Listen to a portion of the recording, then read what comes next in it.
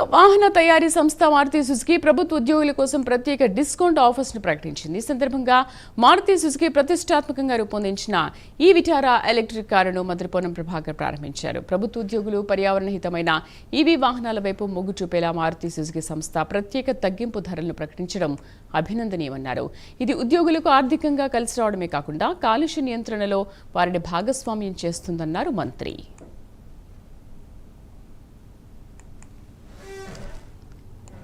Tax exemption registration fee మాఫీ చేసినటువంటి సందర్భంలో తెలంగాణ ఈవీ రంగం దేశానికి రోల్ మోడల్ గా మారుతున్న సందర్భంలో ఇప్పటికే కొన్ని కార్ల కంపెనీలు టూ వీలర్స్ ప్రభుత్వ ఉద్యోగులకు కొంత కన్సెషన్ ఇచ్చే మార్గం లోపల ఈరోజు మారుతి కంపెనీ కూడా తమకున్నటువంటి ఈవీ వెహికల్ మీద కన్సెషన్ ఇచ్చేటువంటి విధంగా నిర్ణయం తీసుకున్నందుకు వారికి అభినందనలు, శుభాకాంక్షలు. ఈ అవకాశాన్ని ప్రభుత్వ ఉద్యోగులు వాడుకోవాలని కోరుతా ఉన్నాం.